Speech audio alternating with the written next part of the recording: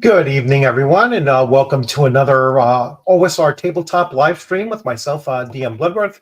And, today's topic is going to be a controversial issue, I guess. Consent in role-playing came up, in particular, the consent form on Twitter. And I had responded with with an analogy to a dinner invitation, and that was clearly conflated to mean that real food allergies are comparable to something taking place at a fictional gaming table with player characters instead of real people at your dinner party. And it really did quite explode on the on Twitter. And so I will be going back to that and sharing that a little bit, but just a weird thing. I mean, once again, the consent in consent form just sprouting up again out of the blue seems like it's making its typical 6-month cycle. And there's other things going on. I know Bounding Into Comics recently put up an article, at least I think it was them, or it was the other very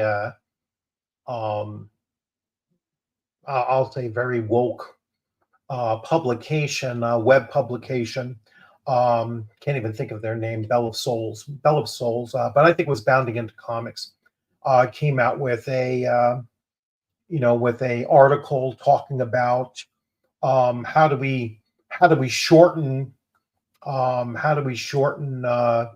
campaigns in D&D, because campaigns in D&D are too long, even though by Wizards of the Coast standard that they're only about 6 sessions long to begin with. So it's just once again another push to further try to control the way that people are running their games and running their tables and such. So it's a weird thing, and I will obviously allow people to come in if they want to chime in.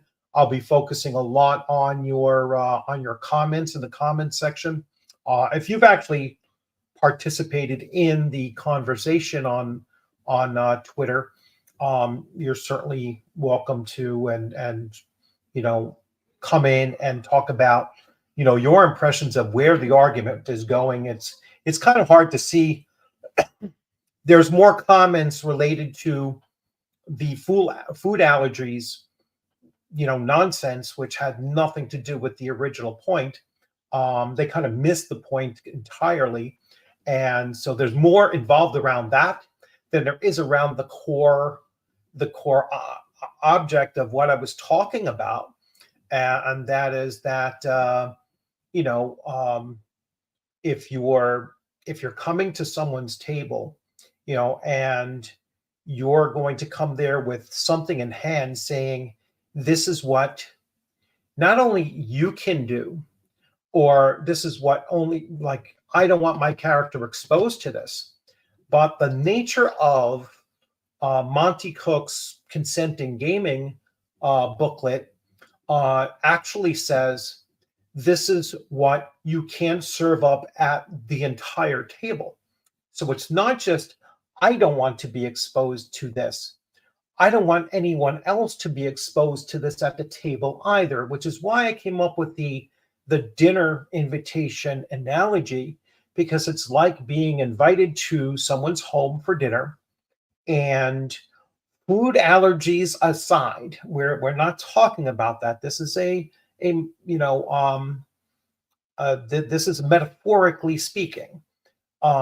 If someone is being invited to a home for dinner, for them to say, well, I know it's Thanksgiving, but I don't want to be served turkey. And not only do I not want to be served turkey, but no one else at the table can be served turkey as well. That is the point that I was making, was that you wouldn't accept somebody into your home for dinner if they're presenting you with this list of do's and don'ts as far as what they and anyone else at the table can be served. It's the same thing with a gaming table. Just because they may have an issue with something, they need to be upfront about that. And when they realize that, hey, you know what, this is still going to go on your table, then this is not the table for me, and move on. Not make a demand that the table change to meet their wants, their needs. And I, very tongue in cheek said in one of the comments there was that, if you're if you have a peanut butter allergy in real life, obviously I'm not going to serve you peanut butter knowing that. But at the gaming table, you're playing an elf, and trust me, your elf character can eat peanuts, and he or she is not going to need an EpiPen. All right. And you won't need an EpiPen sitting at the table either, just because your character was exposed to peanuts. All right. There is a separation. I know this might be shocking to some people, but there is a separation between a player character, all right, in a fictional setting, and the person playing that character. All right. There's a separation between what takes place in fiction and what takes place in reality. And that, I think, is what's getting lost in this whole conversation, is that there are these individuals who really don't want to just come to a gaming table and sit down and play the game. They want to be disruptive to what is going on at that gaming table, and make it all about them instead of making it about what it's supposed to be. All right. And so I'm going to get to some of the comments right now. Um, let's see.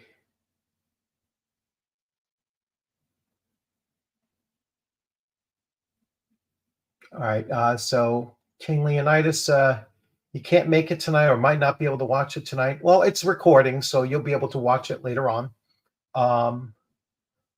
But if it's not forcing sexual perversions in the game, yeah, okay. Um, and we're not even talking about that issue, but that's fine. Then it's good. Gatekeep your players and your game master. Yeah, I mean, it's not even so much about gatekeeping in the sense that um, it's more about, if I'm upfront and telling you what my game is about, or I'm telling you what adventure we're running. And the classic case that was a real case, someone advertised that they were running Demon Queen of the Web Pits, and a person approached them and said, "Well, I'm really, I have arachnophobia. I'm afraid of spiders. All right, and you should remove them from from this, module." And it just doesn't work that way. All right. And the fact that the person wasn't going to actually experience real spiders at the table, um is just that disconnect, like I was talking about, that your character is not you, and your character can does not have to experience the same things that you do. And so it's just a really bizarre thing to me. Good. How many times are people going to attempt to the consent forms grift? Um, yeah, it's just a they just keep on recycling it. I guess they're hoping that it'll eventually take a hold, and it's just not. It's just not going to. And hopefully, people just keep on pushing back on the idea. It's like, I agree with having a session zero, and none of these things ever come up in my regular gaming group. They never come up when I run games at conventions. I've never had anyone approach me at a convention and say, "Here's my consent form." It's like, or I'm worried about anything because those games are advertised. Those games are advertised. What I'm actually running. So if I'm running Conan 2D20 like I just did at a convention, and I'm running Gangbusters, and I'm running um, Weird Frontiers, and I ran Shadow Dark, and no one came up to the table for like my Gangbusters thing and said, "Hey, you know what? I don't want any gunplay in my game." All right, it'd be like, "I'm sorry, it's going to happen. Find another table." No one came up to Conan 2D20 game and said, "Oh, you know what? I can't have any depictions of blood in my game. So if there's sword fighting or anything like that, no sharps in the game." All right. Sorry, this is not the table for you. You need to go elsewhere. All right. That's the issue with these consent forms, is that it's not a demand of just what they cannot be exposed to, but it's a demand that impacts the entire table. Let's see. Waffles. Are you allergic to waffles? um, so I had someone flip out over a meme calling hags obese. These people who enforce this stuff need professional help, and D&D is not therapy. And that's another argument I made, because they said, well, what if people suffer trauma? Um,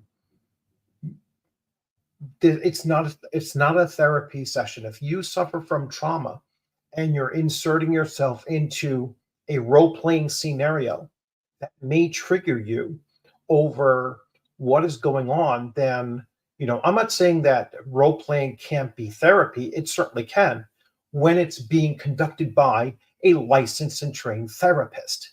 All right, which I am not, and 99% of the people running games are not. And so to expect to go to a gaming table with whatever, triggered your PTSD, all right, is not going to get addressed effectively, and it might even be counter-effective, or counterintuitive, to expect that at a gaming table. It's just not the place for it.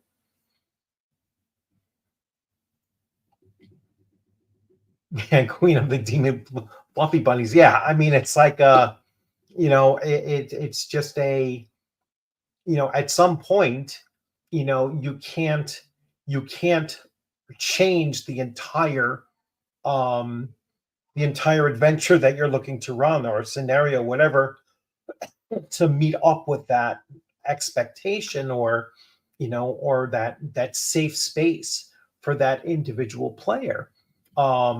And it does rob everyone else at the table of an experience that they might have been looking for.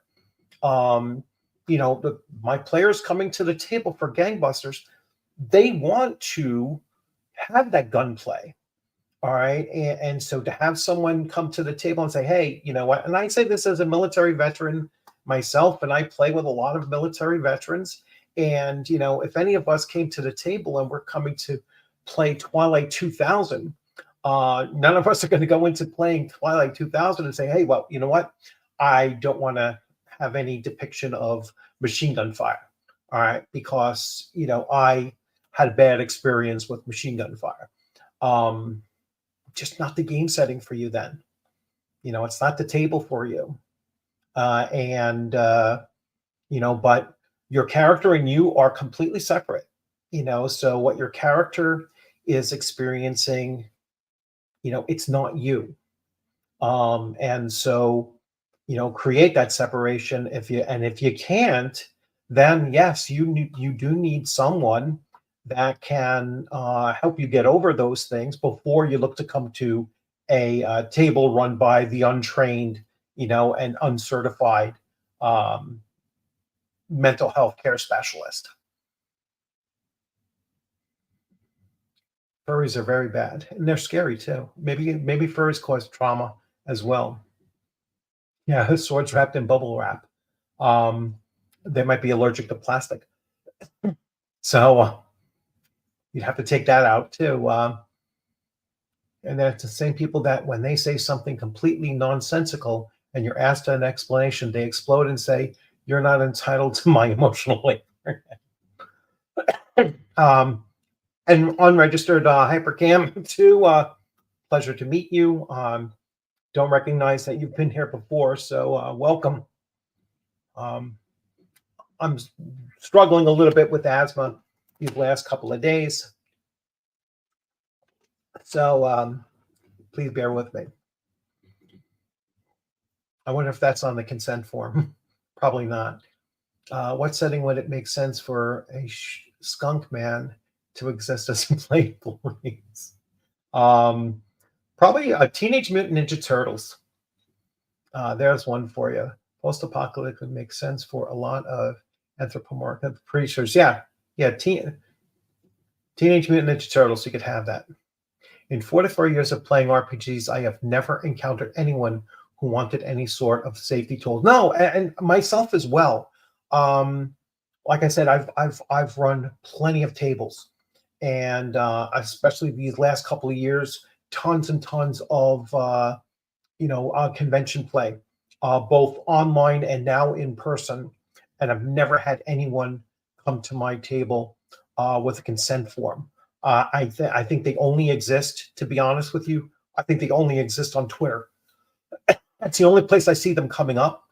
Now, that's of course, what do they say? That's very me centered, like just my experience alone. But my experience is quite extensive, and I've never come across it in the same 44 or so period, 44 years of running games.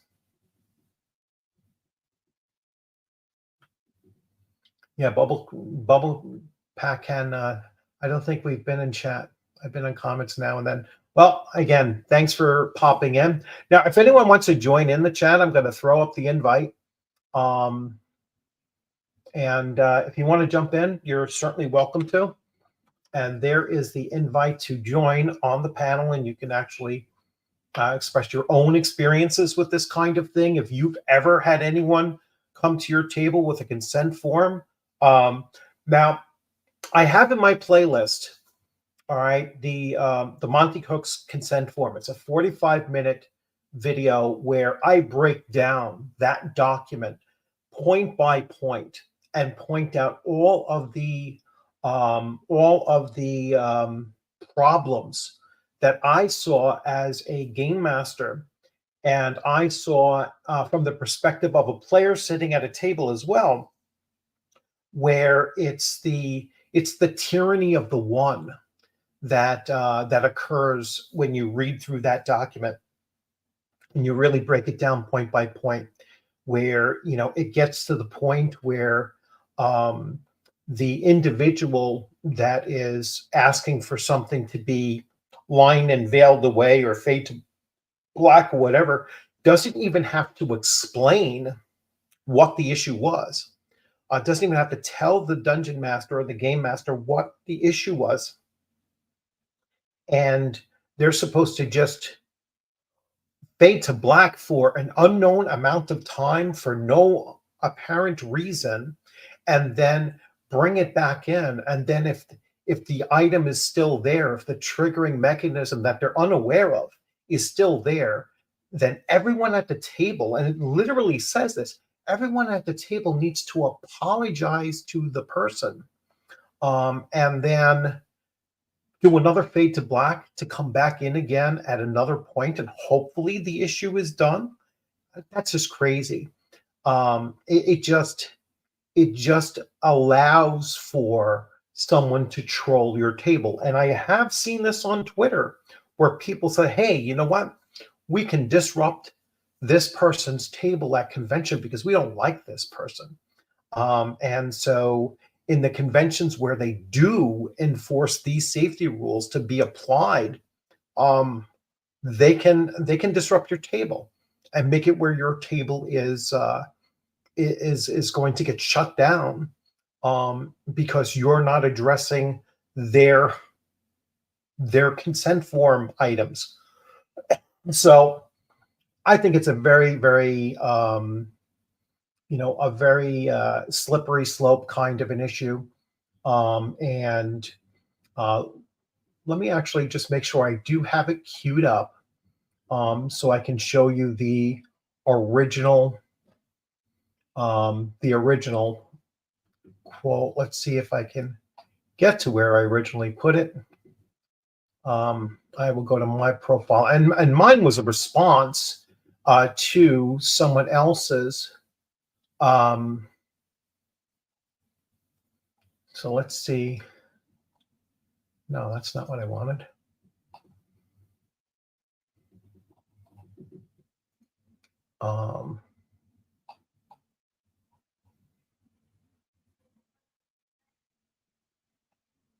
All right, so this is where the food analogy comes into play here. So I will bring it up. Let's see. Let's see. I had a bad night in Vegas once and lost thousands of dollars. Can we please play without dice? Oh, I'm recovering from a nasty paper cut, so I won't be able to fill out my character sheet. Yeah, I mean it's a never-ending thing, and that was the other thing that Monty Cook's pamphlet actually said as well, was that even if the player didn't tell you ahead of time, or they didn't realize they were going to have an issue with something that could arise in the middle of the game, and then they can suddenly spring it on you and say, "Oh, you know what? I just realized I do have an issue with this now," and you're supposed to remove it. Again, I highly recommend that if you want the full context of my breakdown on this particular item, I have a video on my channel. If you just search Monty Cook's consenting gaming or just consenting gaming, it'll come up, and I will link it to this live stream when it's all when it's completed, and you can definitely check that out. Um, so let's see. I was a child when I started gaming. The friend that ran the game was 10. We loved all the gore. Yeah, I mean it's definitely a generational thing. Because I guarantee you this never came up. This hasn't been a thing until maybe 2016 or 17. That's when it really first started coming up and being an issue where people were, safety tools and at the gaming table.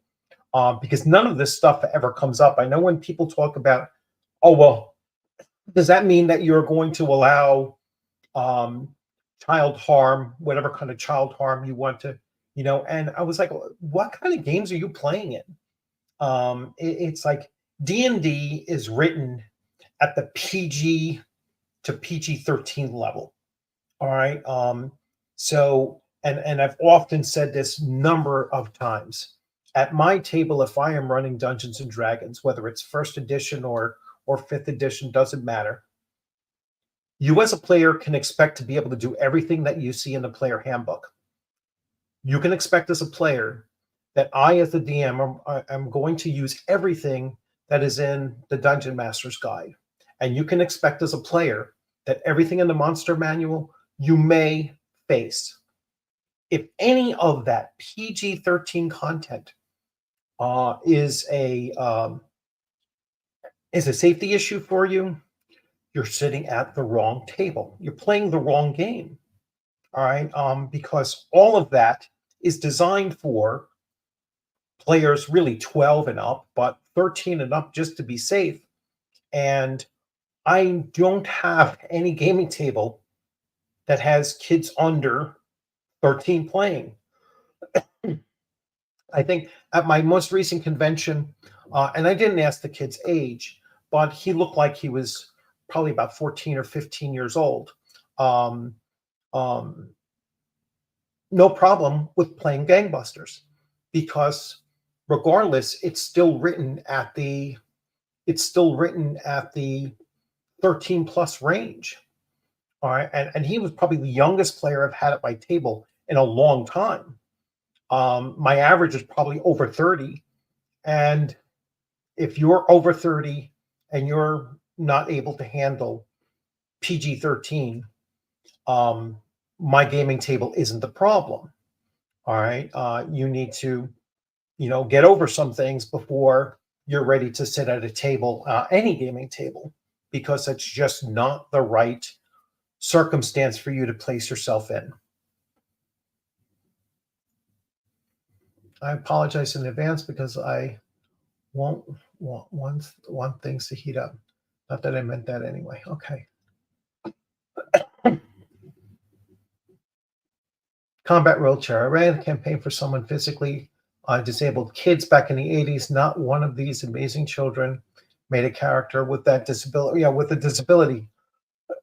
And even if they wanted to, I got into a whole thing with the creator of the combat wheelchair, and we kept on cycling around with the idea that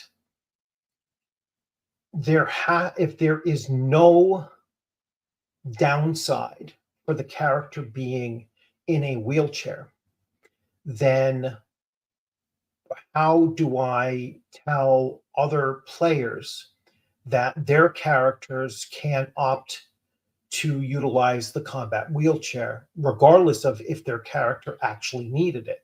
Because there was nothing ever in all of the write-ups of it by the creator of it itself that was a negative to having it. It was all advantage.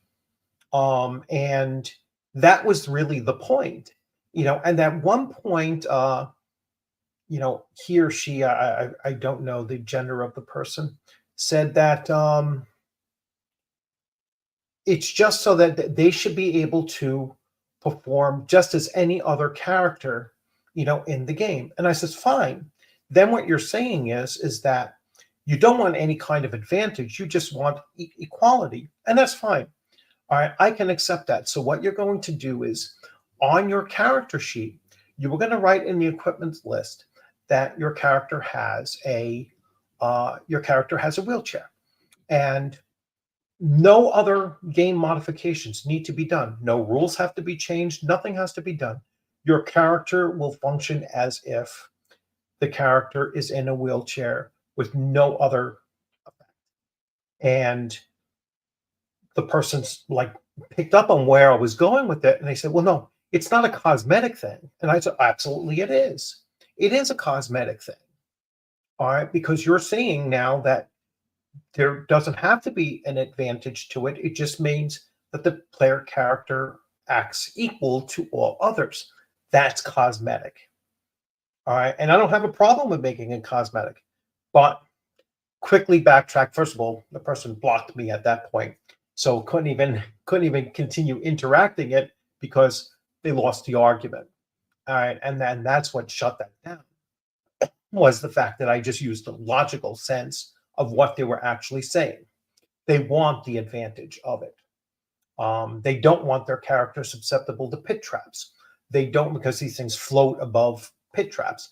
They don't want to have any reduction in their dexterity ability, even though they obviously will not have the same dexterous ability of side shifting and sidestepping and doing all of that kind of stuff in combat, because they're limited to a wheelchair. Even when I said the words bound to a wheelchair, some people blew up.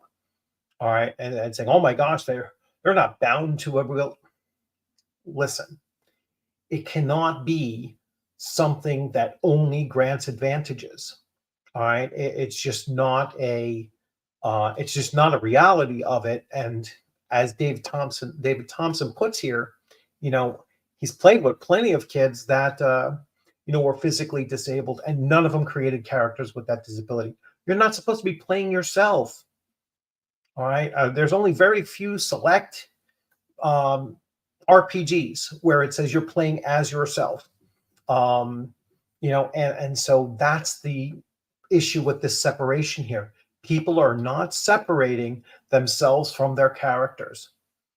They're all trying to create their characters to be some kind of an extension of themselves, and not a better expression of themselves, or a very different, radically different expression of themselves. Just something different to play in. It's not pure escapism for them. It's affirmation of their own identity, which is not what is supposed to be taking place at a gaming table. At least in my opinion, it's not.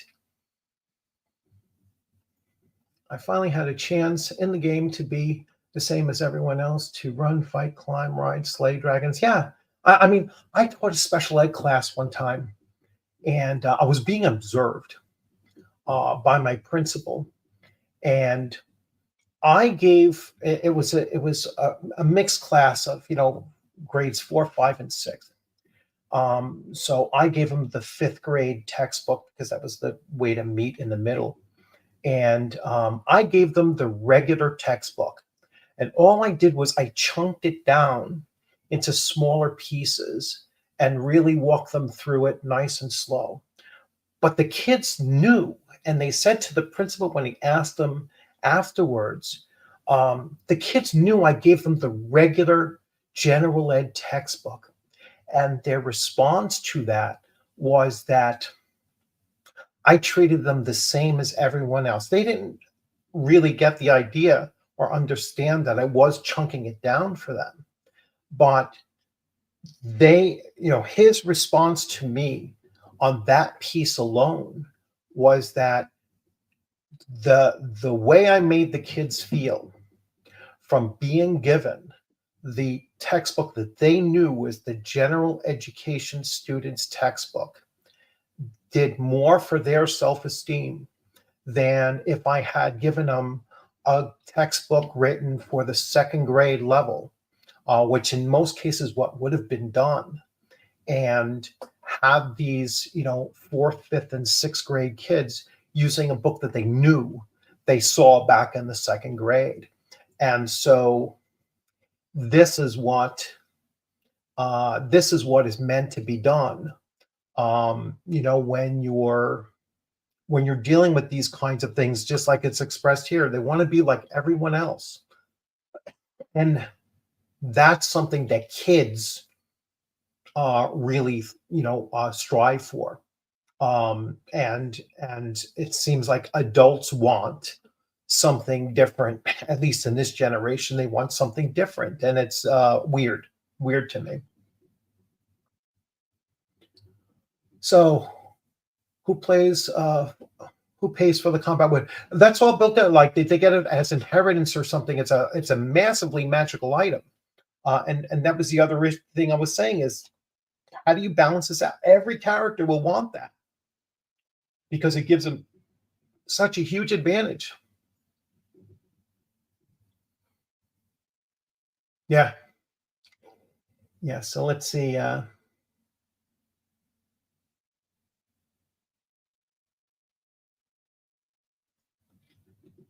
It acknowledges the disability without giving it any of its disadvantages.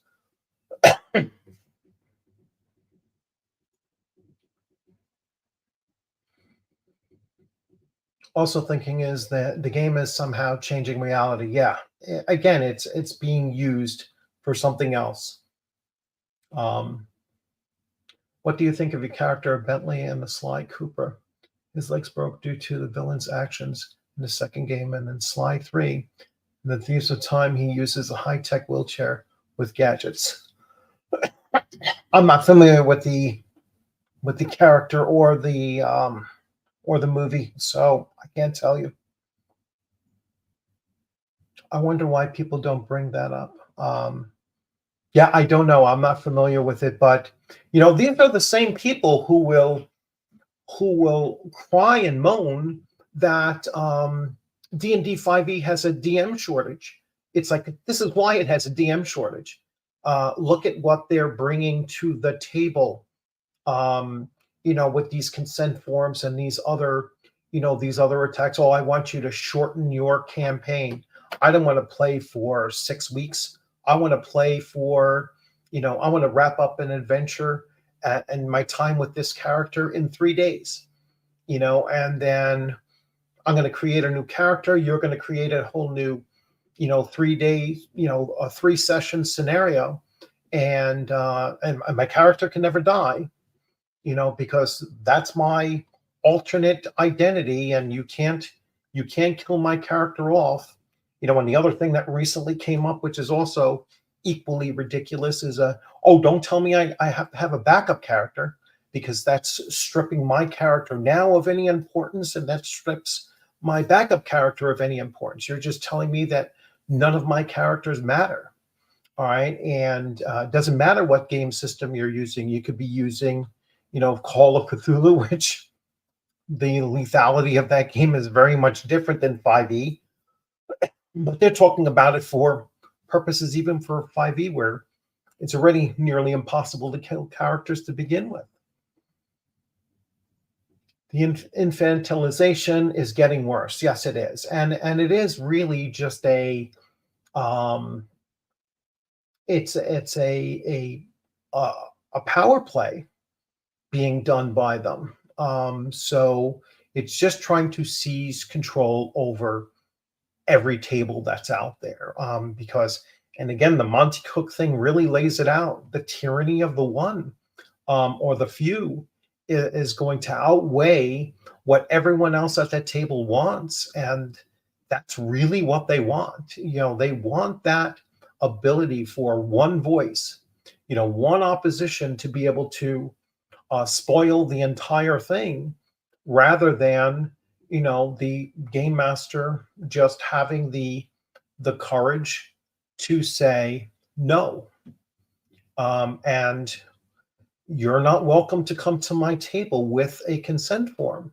Yeah, yes, you will be K-kept, because I am protecting the safety of my table and the rest of my players from you. All right, because you are coming to the table with an agenda other than to simply play the game as the game is presented to you. Our group one shot will last 3 months. We also prefer long campaigns. Yeah, it's a it's a thing. Their concept of what a campaign is just, you know I ran Keep on the Borderlands with my AD&D group, and it was a heavily modified Keep of the Borderlands, but it took them 8 weeks to go through a good portion of the Caves of Chaos, and it might have even lasted longer than that. Maybe it was even 12 weeks or so, that we ran just that one portion the uh, of the adventure. And again, I added some parts and some side things, but yeah, they were there for like 4 months, easily 4 months in that campaign. So, which actually would be closer to 16. I think it was like 8 to 12 weeks or somewhere in there, if I recall it. We're already going back over a year since that wrapped up.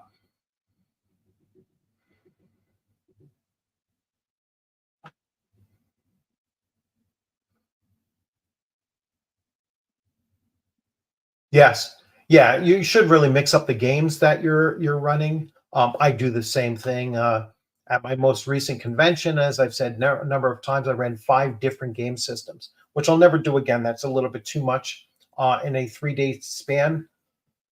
But yeah, if anyone wants to jump in here and join in the discussion on the panel, you're welcome to just go to that link and you'll be brought right in.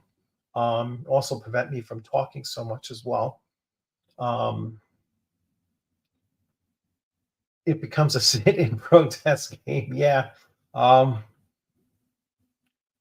my Star Trek campaign went for 25 years. Wow. The players ended up playing through the original characters, descendants, going from TOS to Voyager time period. Really cool. So yeah, if you want to jump in, just go right to that link, and you're able to jump in. So let me see. Let me get over to here. I'm going to actually look to share and bring in the original.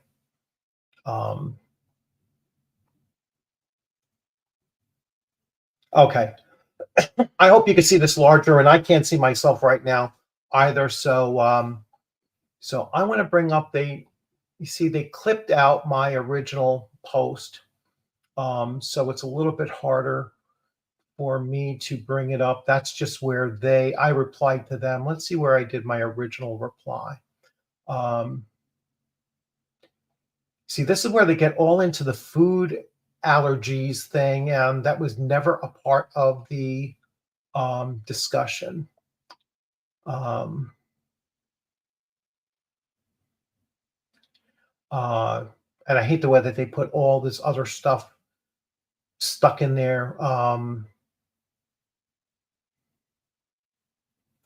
right, here we go. Maybe we'll get to the first thing here. Yeah, so this was my comment. I said, if someone came to my table with this, I'd immediately deny him or her to have a seat.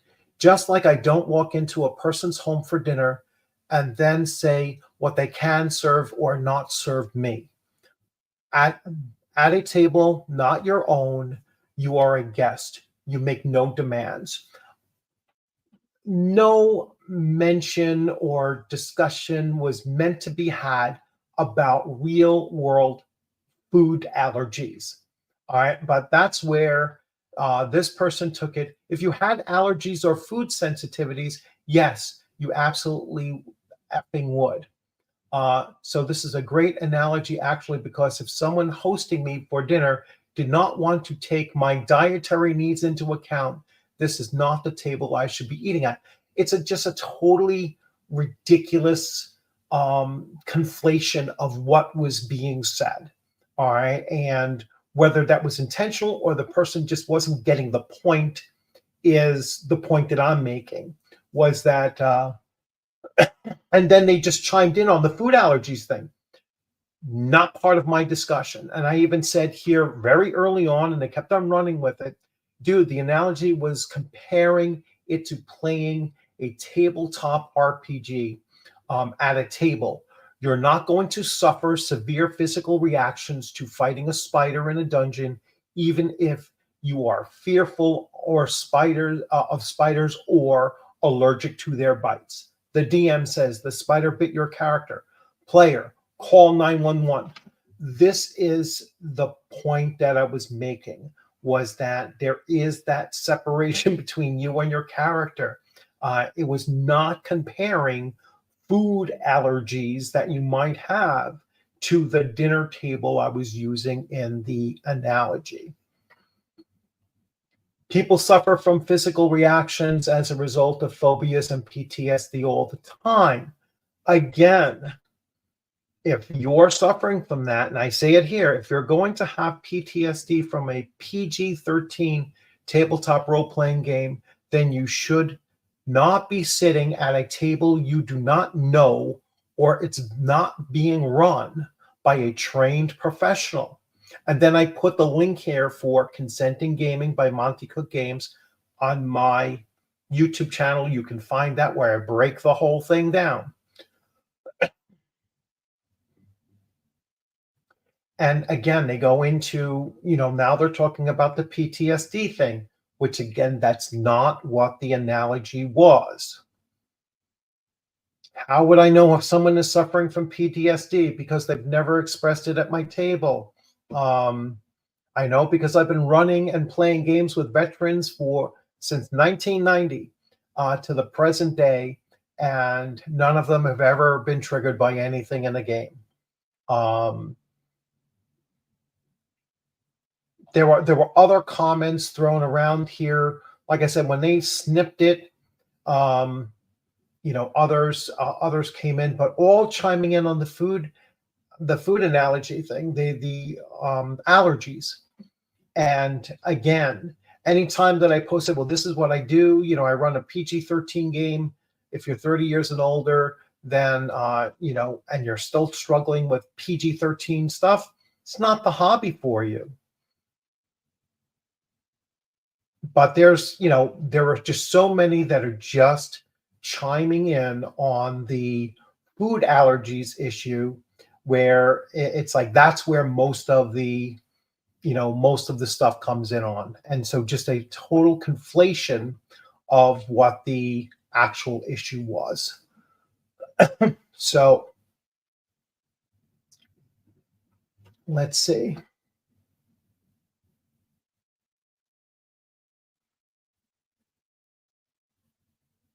All right, so some interested in hearing about his campaign. I would be actually too, especially the Star Trek campaign. Well, thanks a lot for joining in, David, and enjoy your second commitment. I'm glad to have had you in here. Yeah. Damage him. I'm a game master, not a therapist. That's how you should have put it.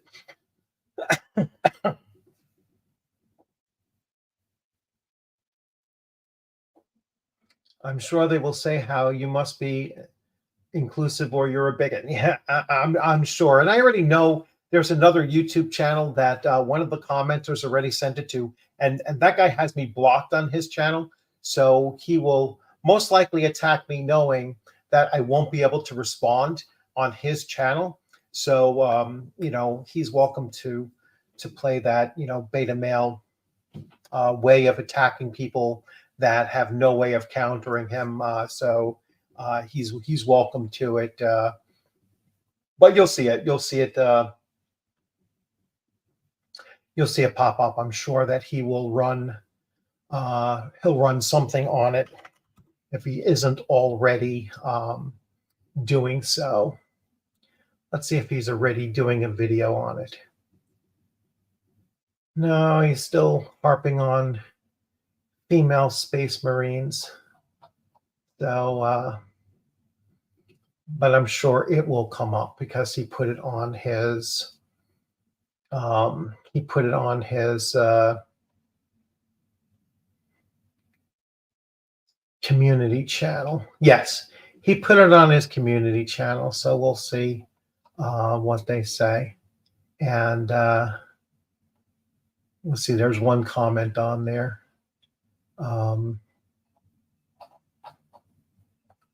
I can't see it yet. But anyhow, once that gets fully developed, I'll jump in there. I will make a response video to his nonsense and see if he has the courage to come on my channel, because I don't have him blocked, and he'd be welcome to come on here and argue it out. We'll see what he says. But I don't expect that he will. I don't want to give him any. When he makes a full video, then I'll share it, Cal, and you'll see my response to him. Like I said, if he has the courage to do so, because I know that he has me blocked, and I won't be able to. I won't be able to respond on his things; they won't appear. So I will do a response video and call him out for, the coward that he is, and see if he comes on my channel to talk about it in the comments section. Who are you talking about? Well, like I said, he hasn't done a video yet. It's just that one of the posters had sent it over there already, and so he says, "Oh yeah, I'll get to responding to it." So we'll wait and see. We'll wait and see if he does it. He's welcome to, and then I will invite him on, and at least in the comments section. I doubt he'll ever come on the channel. That'll be a very interesting thing. That'll be like, but he doesn't have the courage to do that. Kitchen cards. That will send him over the deep end. Yeah. Hey, Uriah, how's it going? I have some. You're right. I have some free content to send out to you email wise. So I'm going to double check my backlist. I'm going to send you a copy of my Conan 2D20 adventure that I've been running at conventions. So I'm going to do that to all of my members to my channel and send that stuff out there. And you know, so you're welcome to share me your email address if I don't still have it. I'm pretty sure I do have it though. So I will get that out to you soon. As a former 40K player, people need to stop giving GW money.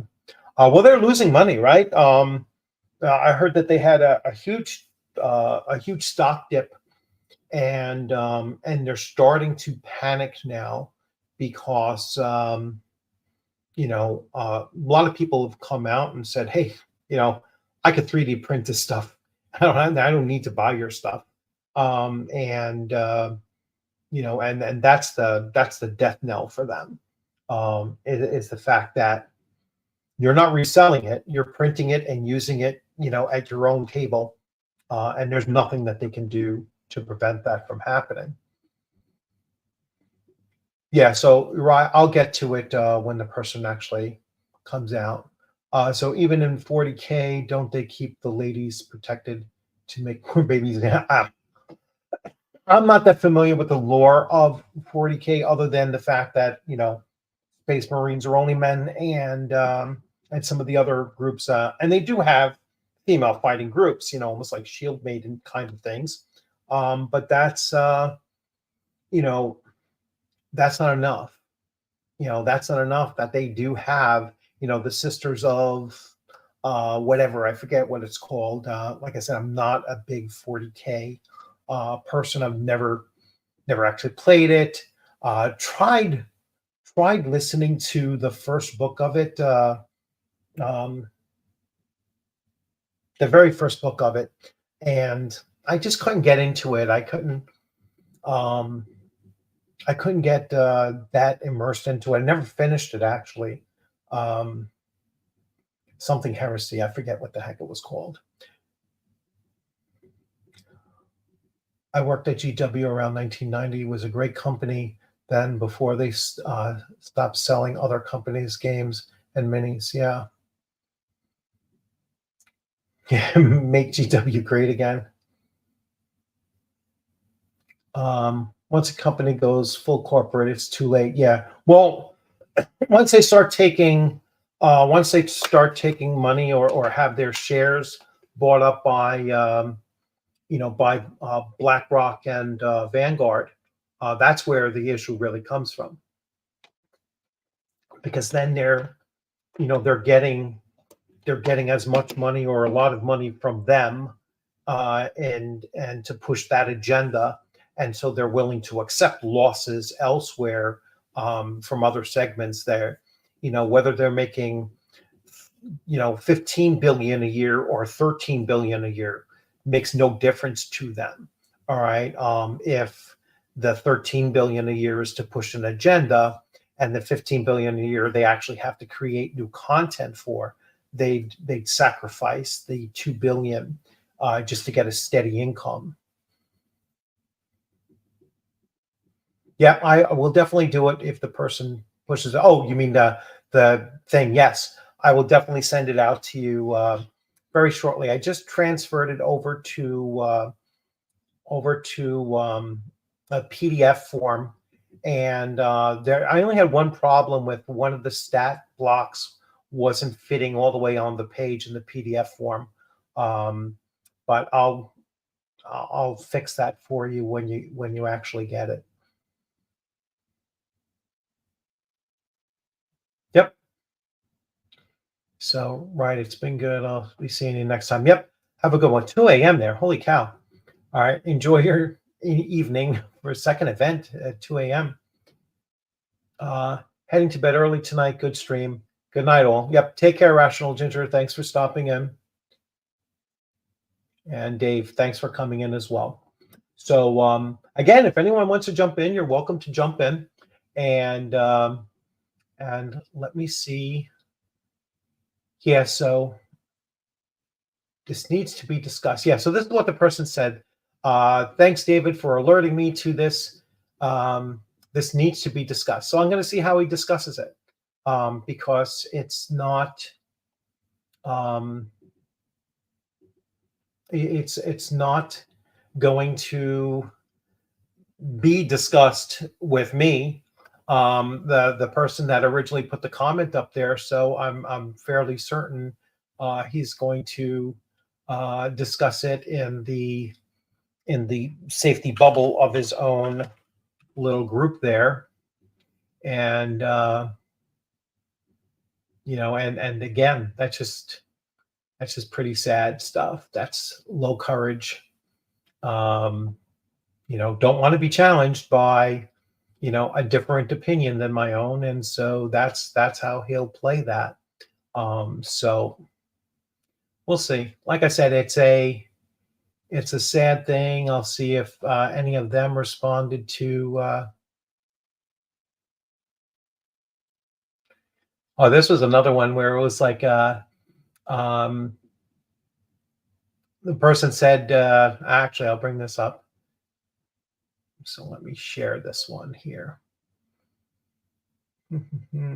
Present, share, and this one here.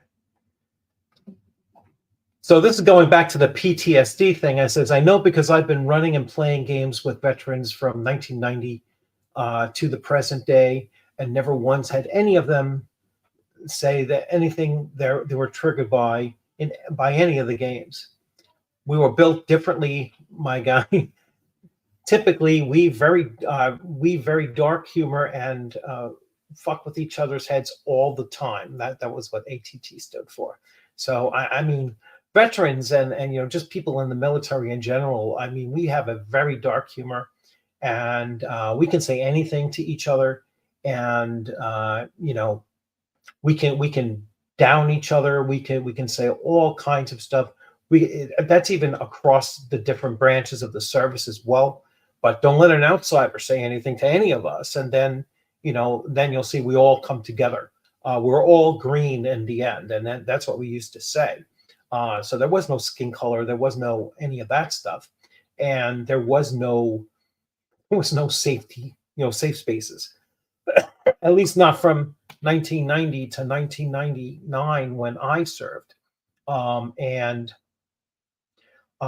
Like I said, so this person responds to me, has it occurred to you that the players may not share with you because of your obvious hostility on the issue? Again, it wasn't felt. And I said here, if my players felt hostility, they would have left the table. I've said it earlier, the table is always full, and often I have a waiting list. This is a tribute to several factors. First, my experience, and second, I run the games that people want to play. All right. A third is that we will be sharing a table with players who are there to play the game as presented. Fourth, I do session 0 and the briefing expectations even at conventions so that they know what they're buying into. Taking a seat is consent, but anyone is free to leave. They acting like I'm holding players captive against their will, and that's another thing that they like to, keep on saying. Oh, they're not going to be so willing to get up and walk away. They certainly can, and it's something that I brought up in the Monty Cook video that I did, was that that's something that was always an option for them to do, rather than to keep on disrupting the game. If they're that struggling with the game session, then they should be able to be adult enough to say, hey, you know what, I'm not going to continue disrupting your game. I'm just going to step away now. And perfectly fine. The perfect reaction to it, rather than to try to force some kind of a, you must comply with my demand, which is really what they want. And that's what they're supposed to do. I prefer to be at your table so I could game. Please adopt or kidnap. Yeah, I mean, when you're sitting at my table, I mean, I think that that's my primary responsibility is to, is to provide you with an experience that you're going to enjoy. Now, you're not going to enjoy every minute of it because it's, you're going to be, your character is going to be faced with challenges and your character may die. During my convention play, I had several characters die during several of the games. And in each case, when they died epically. And they were like, hey, that's really cool. That's the way, most Robert E. Howard stories end, so my my Shards of Ymir Conan 2D20, in the very, very last scene, one of the characters died. All right. And, the whole roof collapsed in on him basically. And he was like, hey, that's the way it happens, and he was perfectly fine with it. In my Weird Frontiers game, in the last combat against the big bad, one of the characters died, and the player was like, hey, you know what? He says, that's a perfect time to go, is in the very last challenge. Now, in my Conan 2D20, one of the player characters was going to be one momentum point short of saving himself from a death wall. And so he had 2 momentum points. He needed 3 in order to obscure the challenge. So I'm sitting there, and he's a younger guy. He's probably in his 20s. And he's just before the very last main combat. And I don't want him to miss it as a player. So I said, you know what? It's only going to cost you 2. All right. So you're going to go into the last battle with no more momentum. So did I fudge a little bit on my own, adventure design? Yes. All right. To give him that experience, to let him at least see and have his character present in the last battle, was more important than adhering to that 1 point shortage. All right. And so that's the kind of thing that you need to do as a game master at your table sometimes, is that you need to, you have to remember you're in a convention play, and that person has dedicated 3 to 4 hours of their very limited gaming time slot to be at your table. All right. And so, you don't want their character dying in the first 5 minutes. You're going to give them a backup character if that takes place, which gets us back to that whole, if you're giving out backup characters, then you're not a DM. You're not a good DM, and the players shouldn't even expect that. They're not good players either. It's silly. All right. It's that silly mindset that some people take into the game that's that just has no place in it, in my opinion. It's a game. It's not that serious. You're there to have fun. It's the infantilization of gamers. Everyone needs to be spoon-fed and practically done for the players. Yes. And Cal agrees. So, yes, it absolutely is. It's a, and all of these things that we're seeing, these are all things that are coming from the story gamer kind of games, and the critical role kind of thing, where they're there for more of the social interaction than they are for the actual gameplay.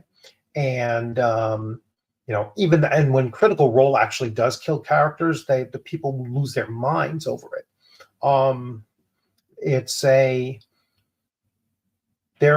It's just that separation of just mindset that I think we're seeing, that this newer, more modern type of gamer is just approaching the games in a way that is just not what it was the previous 40 years. 40 to 45 years. So it's just not a compatible way of gaming that works very well, and hopefully we can keeping our gaming tables safe from that kind of you know a toxic mentality, because I view it as a completely toxic counter um, counter DM's role at the table, which we also see being pushed too. It's like it's all about player agency went from being player agency to being player supremacy at the table. And I think that's what the issue is. There's one thing between the players having control over their own character and the players demanding that their character gets everything that they want. There's a difference there. And their characters don't get everything that they want. And this goes back to that same mentality when there was that issue with the guy, and it's a real issue. It wasn't a fake, fabrication like a meme. The guy had an 8-page backstory written for his first level character, and his first level character got killed in the first 5 minutes of the adventure, and the guy lost his mind over it. And it was like, well, your character isn't supposed to have 8 pages of backstory when he's an 18-year-old fighter, a first level fighter going out for his first time in an adventure. It's like, no, you should have a 2-paragraph backstory. What's his family like, and why is he adventuring? Done. He's only first level. Done. Maybe a 3rd paragraph of how he trained to become a first level fighter. So let's see. Critical Role deaths are only allowed when they are thematically interesting. Yeah, and it's true. Convenient to the plot. Yes. Even though I think there were some that were kind of a surprise. I think very early on, I think like the first character death that took place was, Matt Mercer rolled that, and it was like, ooh, and then he just played it out. And that was a, shock. That was like, was that season 1, like episode 26 or something like that? The people just lost. No, it wasn't season 1. It was season 2. And people lost their minds. They're like, oh my gosh, how could you, and it was like, hey, he was still playing the game. My heart is warmed and burning pages of lengthy first level character backstories. Yeah. Yeah. So it's it's a weird place we find ourselves in this hobby, when people are demanding for shorter campaigns, and people are demanding that only the player decides when their character can die. Nope, it's a game. Games have winners and losers. And even if you want to say, well, no one wins or loses in a role-playing game, I mean, as a cut and dry thing, that might be, somewhat true, but you're losing if you're going to sacrifice the game mechanics in order to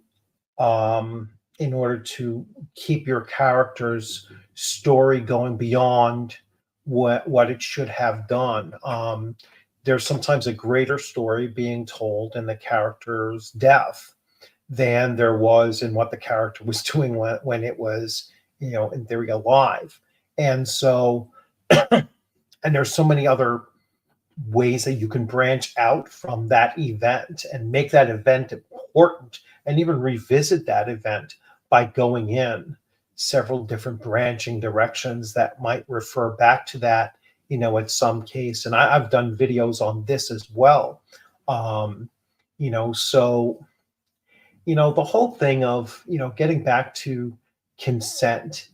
I'm a firm believer that if I tell you, whether it's days in advance or during a session zero, if you're a convention player, you've had the opportunity to read the description of, what I'm running and what's the basic, theme behind the adventure.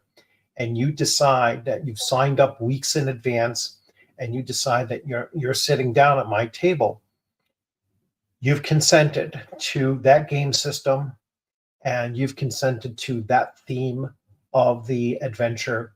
And but if like right in mid game you decide, hey, you know what, this is one I wasn't looking for, you can get up and walk away. I can't hold you prisoner to something. And there will be somebody on the waiting list that will come in and set in, and we'll get that player rolling right into without. I mean, at the last convention I was at Rising Phoenix GameCon, they had a table set up that says looking for group. And so if there's any stragglers walking around that wants to join in the game, I had my Gangbusters game. Someone came. No, not. I'm sorry, not my Gangbusters. My Conan 2D20.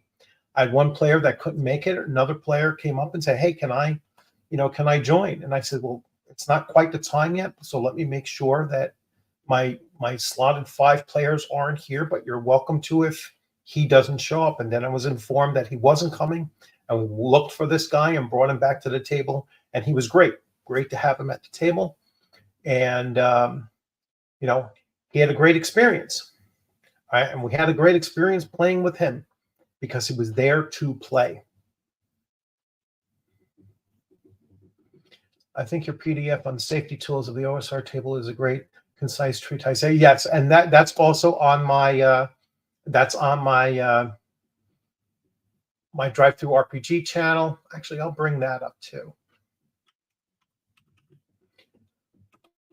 Let me see. I don't know which one. I don't like this new format. I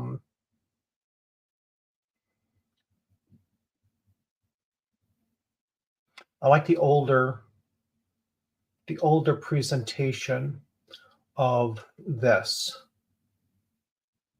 But anyway, I will link my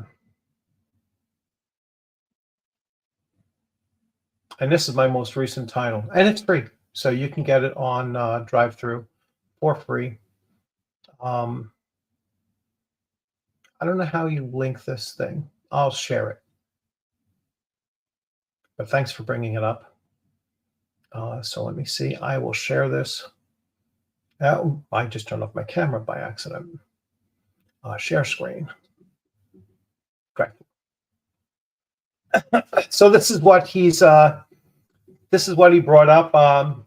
Uriah brought up safety tools for the OSR table, and you can go to Drive-Through RPG, r.cell games publishing, and you can see it here. And it's a short little pamphlet.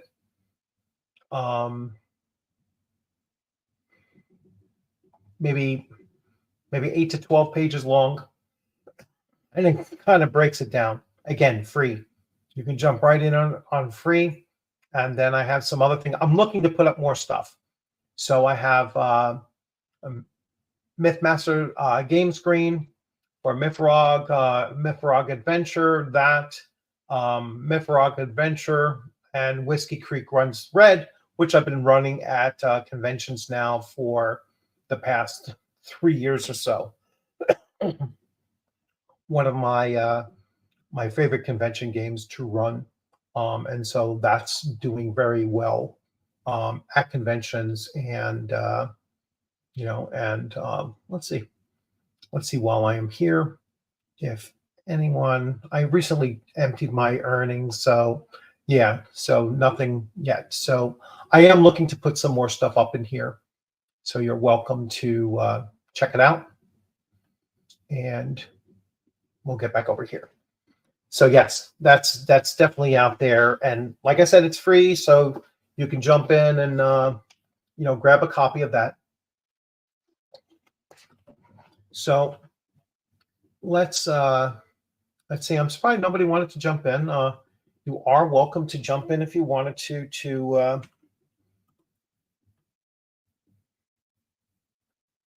if you wanted to chime in. I will run this a little bit longer, probably bring it up to around 9:30, 9:45 at the latest, because I am struggling to talk so much as well.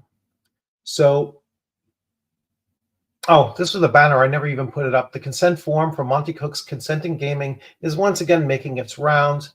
It seems to be on like a 6-month cycle. So I'm sure that 6 months from now it'll come up again. And the thing is, on Twitter, all they did was they just put up the consent form. They didn't bring up any other part of it, just the consent form. And so it's automatically taken it out of context, in that sense, because when you look at the actual, when you look at my video breakdown of it, you will see how problematic it is simply beyond the form itself and what the form itself says. Yes, we have beaten it into a hole, but it's still going to come back again, just like all the other things come back again. The combat wheelchair was just a topic like 3 weeks ago, 2 weeks ago. They keep on regurgitating these conflicts because it's the only way that those people on Twitter can remain relevant at all. They never have any other new issues. I mean, you can check out like the OGGM has on his channel, he has every once in a while, he'll periodically say, these never ending stories. Let's take a spin on the, what's stupid again in the RPG hobby or something along those lines. And he keeps on, he'll keep on bringing back. There's only about 5 or 6 different topics that seem to make their 4 to 6 month cycle. And so we're getting the same 4 or 5 topics, per year and a half or so. And then they just come right back again, so combat wheelchair was 3 weeks ago. Now consenting, game consent forms is another. Next, we had the backup characters, which was actually somewhat new, but was then quickly related right back to player character death and how you need the player's permission for their character to die. The character should only die when the player feels that it's the good conclusion of that player character's story arc, which is it's not any tabletop role-playing game theory behind it. I'm not on Twitter. I don't need more of my time sucked. Yeah, but you know what?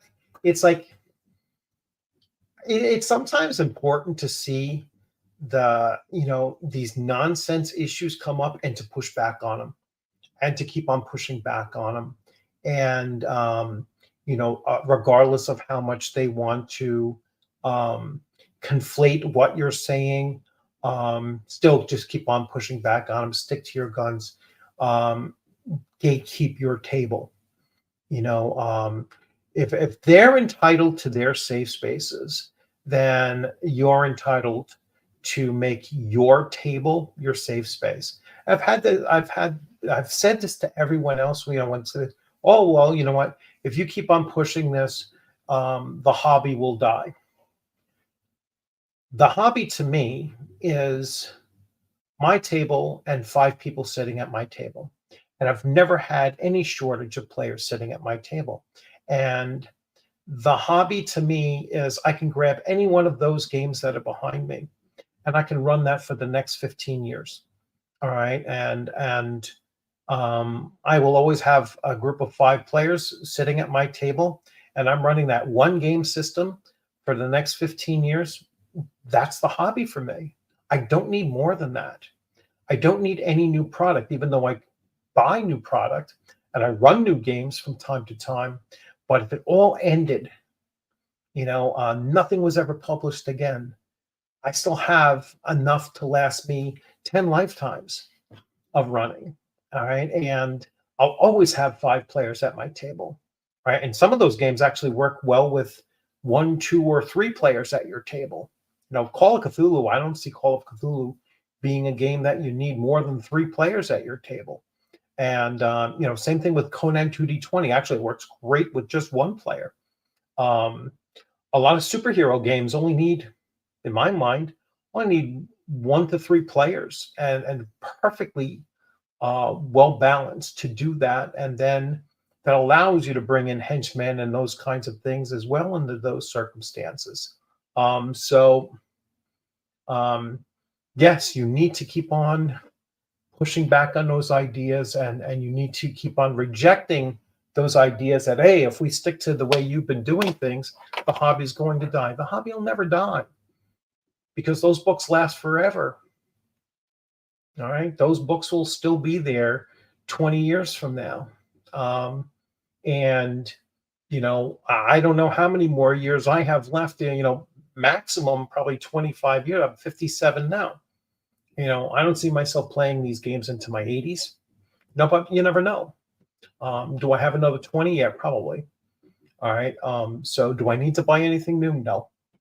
Do I need more than 5 players? No. Well, I always have 5 players at my table. I can almost guarantee it. Yes, some pushback needs to happen. Yes, I think actually pushback needs to happen all the time. Take any ridiculous idea and push back on it, especially if it's detrimental to what you're trying to do at your own table. All right, Uriah, thanks for coming in. Good to see you. And yeah, I'm going to shoot out that PDF to you probably right after I wrap this thing up. I'll look to make sure that I'm almost certain I have your email address. And so I will send that out to you. I have to get it out to the rest of the people that are on my membership for the channel. And I will do that pitch. You can join my YouTube channel as a member for as cheap as like 99 cents. And as much as like $2.99, $2 or $3.99 or something like that, and that gives you a lot of extra little perks and everything. Like I said, I will send you free PDFs as I'm making them and putting them out there. You should still be in the Discord DMs. No, it should be in. Yeah. So I'll look for it in there. Yep, like I said, I will send it out tonight, shortly after this is wrapped up. So let's see. Yeah, so you will definitely get it, and yeah, it probably is in the Discord DMs. I'll find it, but I'm pretty sure I have it on my email list. I actually might have even made a list of all the giveaways that I've done, and another giveaway I'm going to do another giveaway on my channel when my channel gets to 3,333. Just once I hit 3,333, I'm going to do another giveaway, and then at 3,500, I'll do like a final giveaway of some gaming materials that I have, and that way you will all benefit from me clearing out some stuff that I have extras of, or that I'm certainly not going to keep on my shelf any longer. So, and we will start looking to wrap this thing up. So I'm going to let this go to about another 6 or so minutes. So we'll make it a full hour and a half. So again, check out that OSR, OSR rules for tabletop, or consent for tabletop, or safety tools. I'm sorry, safety tools for tabletop on DriveThruRPG. You can find that there. I will try to. Let me try to link this thing here. I'm not sure if it's the. No, this isn't my publishing thing. So let me just go to this here, and I'm going to then do a search for OSR sell games publishing. There we go. This is what I wanted to put up. So I will share this here, and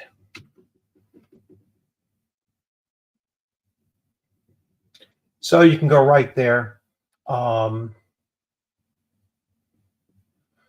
That's the link you can go to. So you can just cut and paste that, and that will bring you to my page on DriveThruRPG. And really, the first thing is the you're looking for the consent in gaming, which is about the third or fourth thing down the line. Safety tools for the OSR tabletop, for the OSR table. And again, it's free.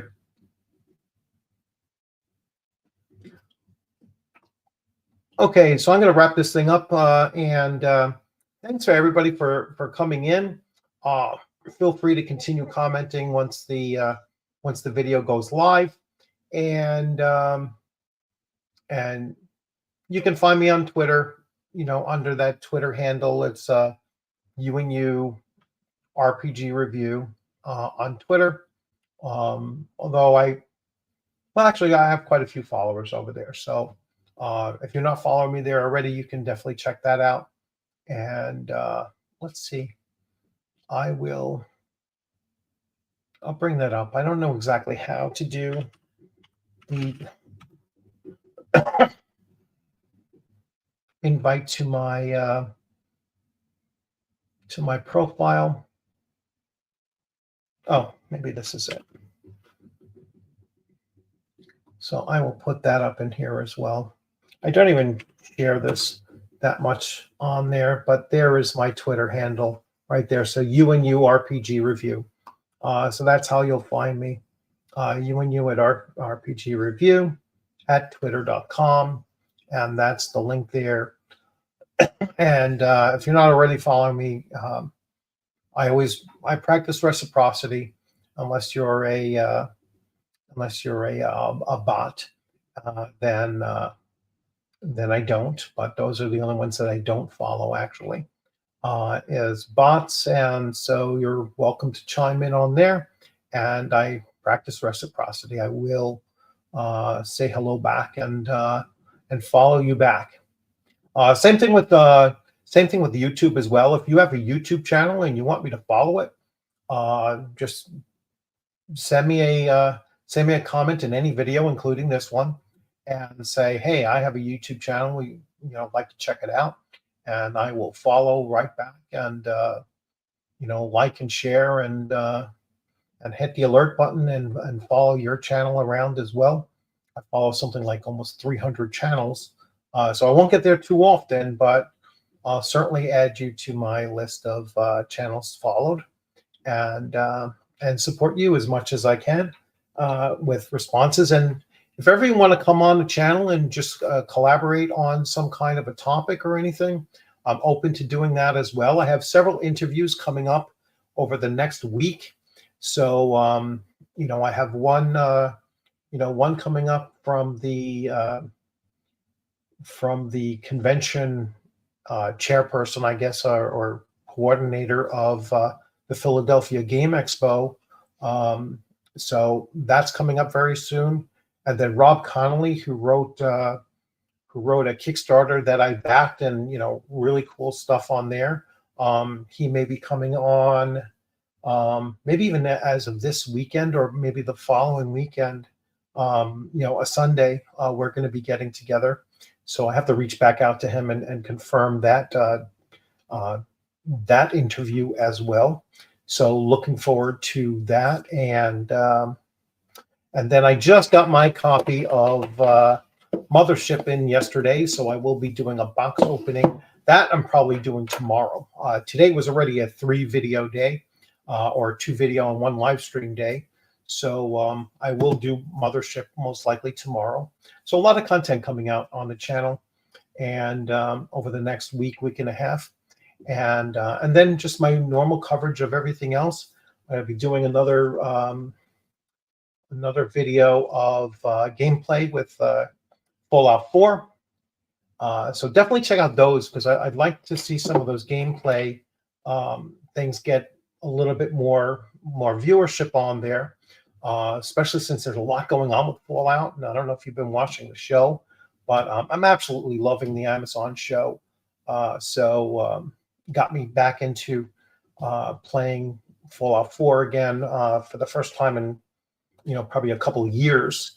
And I never played that much of it anyway. I always liked Fallout 3 better, but now I'm getting into Fallout 4. And I will be picking up at some point Modiphius's Fallout RPG, because that really is something that I can definitely see people wanting to play, especially with the with the fact that Amazon's Fallout series it hit its number 3 spot in their lineup, so it's doing really, really well there. Guaranteed a second season already, and hopefully they don't screw it up.